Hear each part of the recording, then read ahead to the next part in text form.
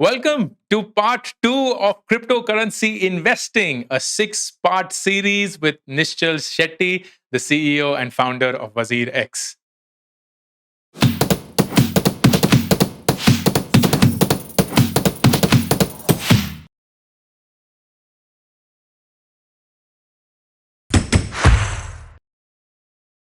आप सब लोगों का स्वागत है पार्ट टू में। पार्ट वन में हमने कवर किया दोस्तों कि क्रिप्टो करेंसीज एग्जिस्टेंस में क्यों आई। अगर आपने वो वीडियो नहीं देखा है तो प्लीज उसको देखिए क्योंकि एक फ्लो में है। ये कोर्स एक वेल डिजाइंड कोर्स है and I would love for you to cover each part. आज के वीडियो में हम ये डिस्कस करेंगे कि क्रिप्टो करेंसी चलिए उसकी एक नीड थी, एक एस्टैब्लिश नीड थी एंड वी अंडरस्टूड दैट। लेकिन इतनी सारी करेंसीज की नीड क्यों थी? एक बिटकॉइन था, बिटकॉइन लॉन्च हो गया, उसने वो सारी नीड्स सर्व करी जो एक फिएट करेंसी जो कि एक करेंसी हम यूज करते हैं on a day to day basis, उन सारी लिमिटेशंस को उसने सॉल्व कर दिया। अब इथेरियम क्यों चाहिए था? डॉज कॉइन क्यों चाहिए था? मैटिक क्यों चाहिए था? कुछ और क्यों चाहिए था? इतने सारे कॉइन्स हैं, दिन ब दिन कोई बेसिस नहीं, कोई बुनियाद नहीं। How does that work? आज की डेट में भी बहुत सारी करेंसीज हैं। एक इंडियन रुपी है, एक यूएस डॉलर है, एक ग्रेट ब्रिटेन पाउंड है, एक जापानीज येन है, so on and so fourth. ये सारी करेंसीज की जगह और यूज क्यों थी? एक ही करेंसी क्यों नहीं बनी? And the answer is that every currency is serving a specific need. हर एक करेंसी का एक वजूद है और एक स्पेसिफिक पर्पस है। And when you go into crypto, every coin also has a need. The need could be a legit need. Bitcoin की एक फंडामेंटल सी नीड थी कि I will introduce the concept of blockchain and crypto currency. Blockchain क्या है, crypto currency क्या है, अभी थोड़ी देर में बताऊंगा। And there were other coins that followed. मेरे कॉन्वर्सेशन विद निश्चल में उन्होंने बताया कि इथीरियम क्या यूज केस क्या था। मैं आपको बताऊंगा नहीं, कॉन्वर्सेशन सुनिएगा। एक डॉज कॉइन जैसा कॉइन जो है उसका कोई यूज केस नहीं है, वो एक मीम है, एक फन सी चीज है, उसका कोई कोर ट्रांजैक्शनल वैल्यू नहीं है, मे बी एंटरटेनमेंट वैल्यू है एंड शायद उसके लिए कोई नीड है। And that is totally okay as long as there is someone, दुनिया में कोई भी एक इंसान, एक शख्स हो जो उस नीड को समझता है and there is actually a network that gets built around it, that currency can survive. Which means currency खोलना इतनी मुश्किल चीज नहीं है। निश्चल एक्चुअली यही बोलते हैं कि अगर आप एक अपना कॉइन शुरू करना चाहते हैं, it's like as simple as opening up a website. काफी आसान चीज है। ऐसे ही एक क्रिप्टो करेंसी लॉन्च करना बहुत आसान चीज है।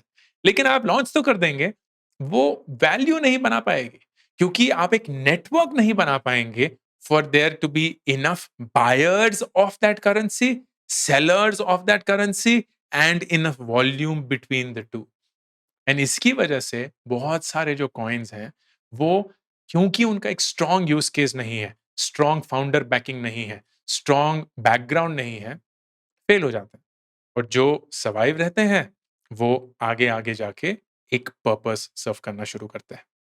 निश्चल की ये कॉन्वर्सेशन बहुत ही मीनिंगफुल है। इनफैक्ट आई वुड से कि ये मेरे हिसाब से सबसे इंपॉर्टेंट कॉन्वर्सेशन थी in this six part conversation. I would love for you to pay attention to it. फिर मेरा एक दूसरा क्वेश्चन जो आया जब मैं ये पढ़ रहा था निश्चल की, ओके बिटकॉइन की जरूरत मुझे सही लगी। सातोशी ने जो बहुत ही फेमस सा पेपर लिखा था to introduce blockchain, to introduce bitcoin as a concept, वो काफी वेल प्लेस्ड था। लेकिन आज हम देखते हैं कोई रैंडम ही कॉइन्स हैं, इतने सारे कॉइन्स हैं, कहीं किसी का बेसिस है, किसी का नहीं है, कोई मीम कॉइन है, कोई लेजिट कॉइन है। तो जो दूसरा सवाल आया विच वाज कि अगर ये एक्चुअली में डिसेंट्रलाइज्ड है, किसी का कोई ओनर नहीं है, then why is the need to have several coins and what is the basis to have several coins? जब एक कॉइन जो बनाता है या कोई इंट्रोड्यूस करता है, वो उसकी पैदाइश कहां से होती है? Where is the origin of the concept of a coin and why do we need so many coins? Sure I think इसके लिए थोड़ा एक मेंटल मॉडल अगर आपको बनाना है तो ये बहुत सिमिलर टू वेबसाइट्स है। अब अब पहले तो एक दो वेबसाइट बने थे, लोग ट्राई कर रहे थे, समझ रहे थे, सीख रहे थे। फिर क्या हुआ, लोगों को आइडिया आया, अरे अगर और एक वेबसाइट बनाओ जहाँ पे मैं कुछ खरीद सकता हूँ, तो ई कॉमर्स आ गया। फिर किसी ने बोला अरे मैं कुछ ऐसा बनाता हूँ जिससे मैं लोगों से बात कर सकता हूँ, तो चैट्स के वेबसाइट्स आ गए।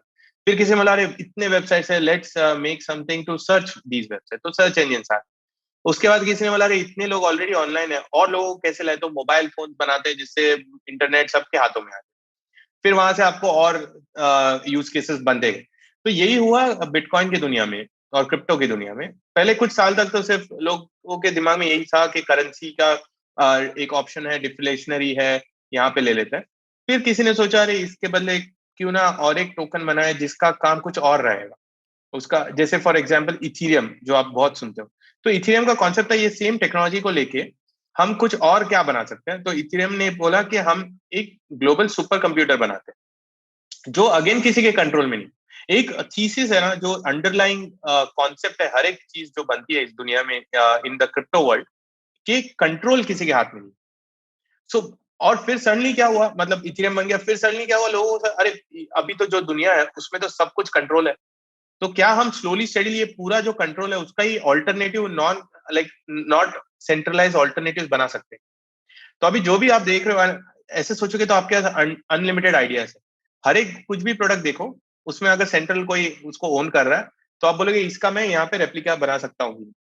और ये 2017 में होने लगा। लोग बोले अच्छा उबर एक कंपनी के अंदर है, मैं एक डिसेंट्रलाइज उबर बना दूंगा, मैं एक डिसेंट्रलाइज एयरबीएनबी बना। प्रॉब्लम क्या हुआ, आइडियाज तो है लेकिन इकोसिस्टम भी होना चाहिए। प्रोडक्ट तो सब बना देंगे लेकिन लोग भी होने चाहिए, और उसके अराउंड जो इंफ्रास्ट्रक्चर आपको चाहिए वो भी होना चाहिए, और वो नहीं था। इसलिए आपने 2018 में क्रैश देखा, क्योंकि सबके अलग अलग आइडियाज थे और सब आइडियाज फंड हो रहे थे। लोग बोले अरे हाँ इसका ऑल्टरनेटिव इधर बन रहा है, मैं पैसे डालता हूँ। फिर लोगों को समझा कि भाई आइडियाज सबको आते हैं लेकिन आइडियाज को लाइक सक्सेसफुल बनाने के लिए इट्स नॉट जस्ट कि idea itself, there are so many infrastructure. आप देखोगे अभी यूपीआई इंडिया में चल गया तो यूपीआई के अराउंड कितने प्रोडक्ट्स बने, लेकिन यूपीआई को चलना था। तो वही चीज हो रहा है कि ये स्टिल अर्ली मार्केट है। इसीलिए बहुत बार, और अर्ली इन्वेस्टर का प्रॉब्लम क्या होता है, वो लोग सोचते हैं कि अच्छा ये आइडिया बहुत बढ़िया, डाल देते हैं, फिर वो थोड़े टाइम के बाद उनको मालूम पड़ता है ये प्रोजेक्ट तो कहीं नहीं चल रहा। तो बहुत रिसर्च करना इंपॉर्टेंट है आपको। आपको बहुत ख्वाब दिखाए जा सकते हैं कि ये मैं एक नया क्रिप्टो बनाऊंगा जो ये एग्जिस्टिंग प्रोडक्ट को डिसेंट्रलाइज कर देगा, पर आप थोड़ा सोच समझ के देखो कि इकोसिस्टम है क्या उसके अराउंड, वो सबसे इंपॉर्टेंट है। बट हाँ ये सब बनेंगे। इट्स लाइक मैं एग्जांपल देता हूँ। आई थिंक 2000 का जब वो इंटरनेट का बस्ट आया था जहाँ पे पूरा डाउनटर्न आया था, उसमें कुछ कुछ बड़े बड़े कंपनी थे जो डूब गए थे। उसमें एक कंपनी था वेब बैन करके, जो ग्रोसरी डिलीवरी ये वो सब करता था। फिर 10-15 साल तक किसी ने अटेम्प्ट नहीं किया, और आज के डेट में हम लोग इंडिया में बहुत सारे प्रोडक्ट्स हैं जो सक्सेसफुल हो चुके हैं। क्यों? क्योंकि इंफ्रास्ट्रक्चर है। Mobile was needed. Uber Ola भी, उससे पहले भी कैब सर्विसेज ट्राई किए जा चुके, लेकिन आपके पास मोबाइल नहीं था तो कोई उबर ओला टाइप सर्विस चल नहीं पाया। तो इंफ्रास्ट्रक्चर अभी क्रिप्टो में भी बहुत अर्ली डेज है, और यहाँ से हम चलेंगे कि अगर अर्ली डेज है तो लोग क्यों खरीद रहे, क्रिप्टो क्यों खरीदना है। तो यहाँ पे क्या हो रहा है, यहाँ पे लोगों का मानना है कि अर्ली डेज है, लेकिन हमें एक बात याद रखनी है, हम लोगों ने जो पहले भी बोला था, लिमिटेड सप्लाई। जो भी क्रिप्टो बनता है ज्यादातर लिमिटेड सप्लाई होता है।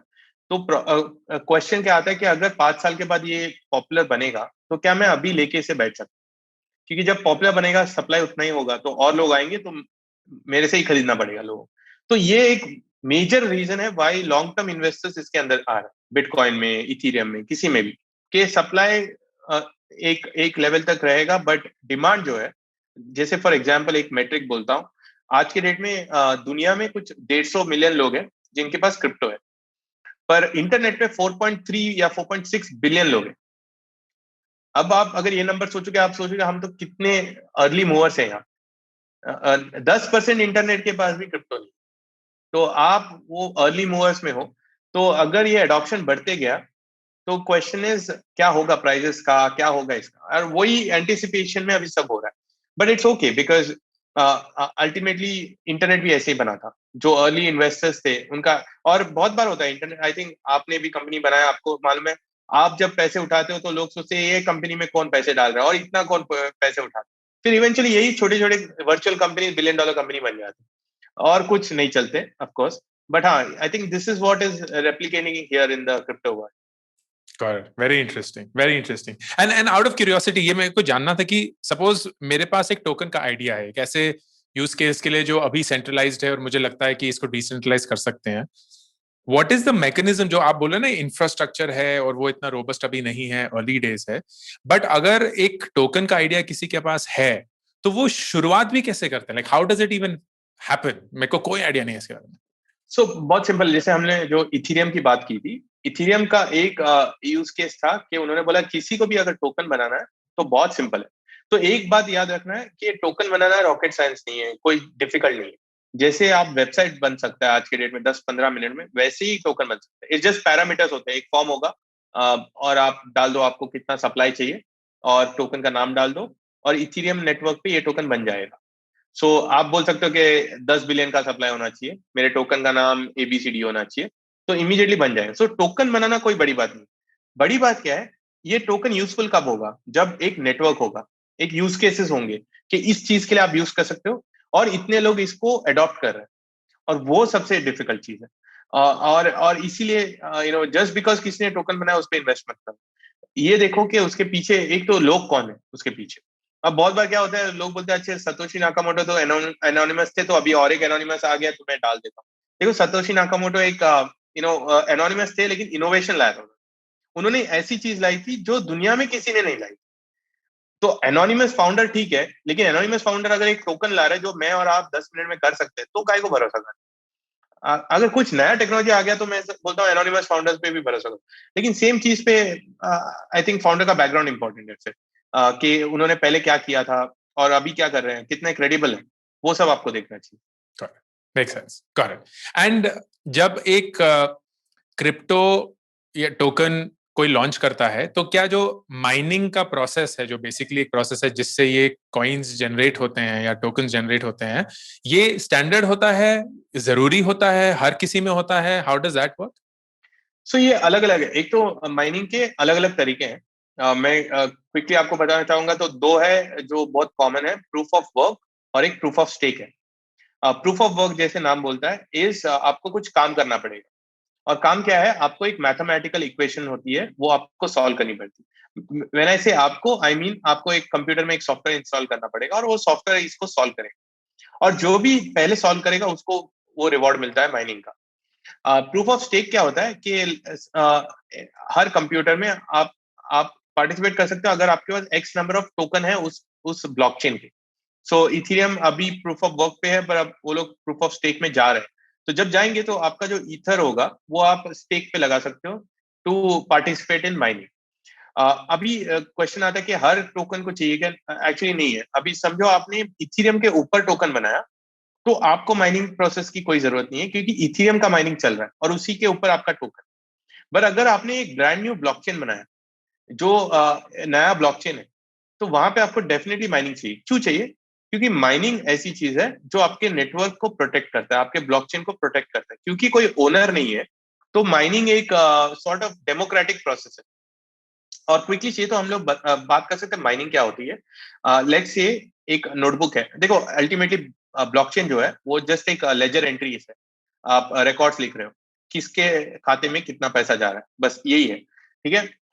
अभी लेट्स से एक नोटबुक है 100 पेजेस का, मेरे पास भी है और आपके पास भी है एक एक नोटबुक, और कोई थर्ड बंदा है अपने जो भी व्यूअर है उनके पास भी।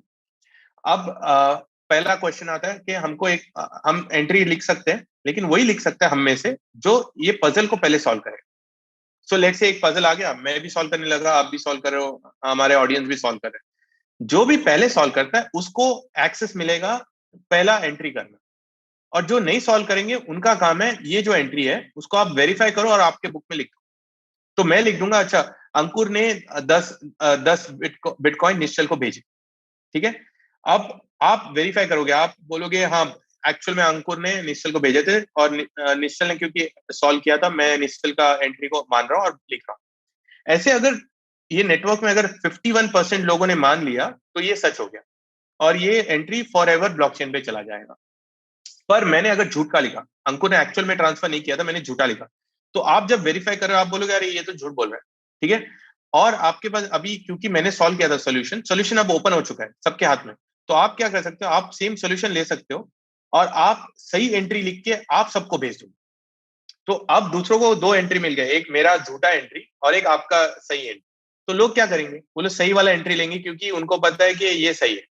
तो ये रिवॉर्ड होता है, वो रिवॉर्ड आपको मिलेगा। तो आपने देखा इसमें मेरा इंसेंटिव, झूठ बोलने का इंसेंटिव है ही नहीं, मैं झूठ बोलूंगा ही नहीं, क्योंकि मैंने अगर झूठ बोला तो आप मेरा बिटकॉइन ले लोगे। तो बस ये बहुत सिंपल बट अमेजिंग कॉन्सेप्ट है, जिससे कोई सेंट्रल अथॉरिटी ही नहीं चाहिए आपको, और ये पूरा ब्लॉकचेन ऐसे ही मेंटेन होता है। तो ये प्रोसेस को माइनिंग बोलते हैं, और इससे नेटवर्क प्रोटेक्ट होता है। एंड ये जानना जरूरी है कि जो ये लोग माइन कर रहे हैं, ये कोई अथॉरिटी नहीं है, कोई पुलिस वाले नहीं है, कोई फाइनेंस वाले नहीं है, ये आप और मैं जैसे नॉर्मल लोग हैं जिनके पास एक कंप्यूटर है, और उस कंप्यूटर की प्रोसेसिंग पावर से वो इक्वेशन सॉल्व करके ये वेरीफाई करने की कोशिश कर रहे हैं। तो दुनिया में हजारों ऐसे कंप्यूटर हैं जो एवरी सिंगल सेकेंड कुछ ना कुछ वेरीफाई कर रहे होंगे कि नहीं। इसी की वजह से जैसे ही कोई भी ट्रांजैक्शन ब्लॉकचेन पे जाती है, it gets replicated across all these computers almost instantaneously, और वो कभी भी अब एक इंसान जाके अपने कंप्यूटर पे चेंज कर देगा, लेकिन उससे क्या होगा, बाकी हजारों के कंप्यूटर में वही एंट्री अभी भी डली हुई है और वो कभी भी चेंज नहीं हो सकती। तो एक तरीके की ये लक्ष्मण रेखा बन चुकी है जो कभी हिला नहीं पाएगा कोई, and that is why it is decentralized, क्योंकि एक कोई भी इंसान, कोई भी गवर्नर, कोई भी फेड का चीफ इसमें जाके ये नहीं बोल सकता चलो इसको बढ़ा दो, इस एंट्री को नल कर दो। या जो हमारे साथ एक्चुअल में हुआ था, विच वाज नॉट कमेंटिंग कि वो सही या गलत था, लेकिन जैसे डीमोनेटाइजेशन हुआ था, जब बोला गया था कि 500 रुपए के नोट अब रद्द कर दिए गए हैं, that is the power someone has to do that which is not there in any blockchain technology. Very powerful, very powerful. I hope this was useful. मुझे इतना कुछ जानने के लिए मिला through this conversation with Nishchal, क्योंकि पहली बार ऐसा पता चला कि क्रिप्टो करेंसी इतनी सारी क्यों है और उनका बेसिस क्या है। And now I think I am wiser कि अगर एक क्रिप्टो करेंसी को मैं बहुत वॉलेटिलिटी देखता हूँ, बहुत फ्लक्चुएशन उसके प्राइस में देखता हूँ, बहुत चर्चा है उसके बारे में, then you go deeper into it and understand and read about कि ये एग्जिस्टेंस में आई भी क्यों, who are the people backing it up, why are they creating this, उसका पर्पस क्या है, because that is how I would think about anything, right. अगर मैं किसी कंपनी का एक स्टॉक ले रहा हूं तो मैं उस कंपनी पे रिसर्च करूंगा, राइट, कि उनके फाउंडर्स, उनकी मैनेजमेंट कौन सी है, उन्होंने कितना अच्छे से पास्ट में परफॉर्म किया है, वो क्या प्रोडक्ट बनाते हैं, क्या उनकी मार्केट है, क्या उसका अप्रोच है। And the same thing applies to crypto as well. I hope this was useful. ये है part 2 of crypto currency investing with Nishchal Shetty. Part 3 में हम डिस्कस करेंगे the core of what crypto currency buying and selling is.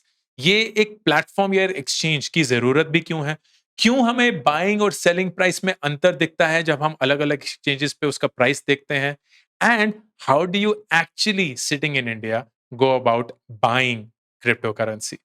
ये सब 2 हफ्ते के अंदर part 3 of the 6-part cryptocurrency investing series. Ankur Warikoo signing off. Subscribe करना ना भूलें। हर हफ्ते मैं पर्सनल फाइनेंस, स्टार्टअप और करियर एंड एजुकेशन पे वीडियोस बनाता हूं, तो अगर आप सब्सक्राइब करेंगे आप नोटिफाइड होंगे जब भी एक नया वीडियो आएगा।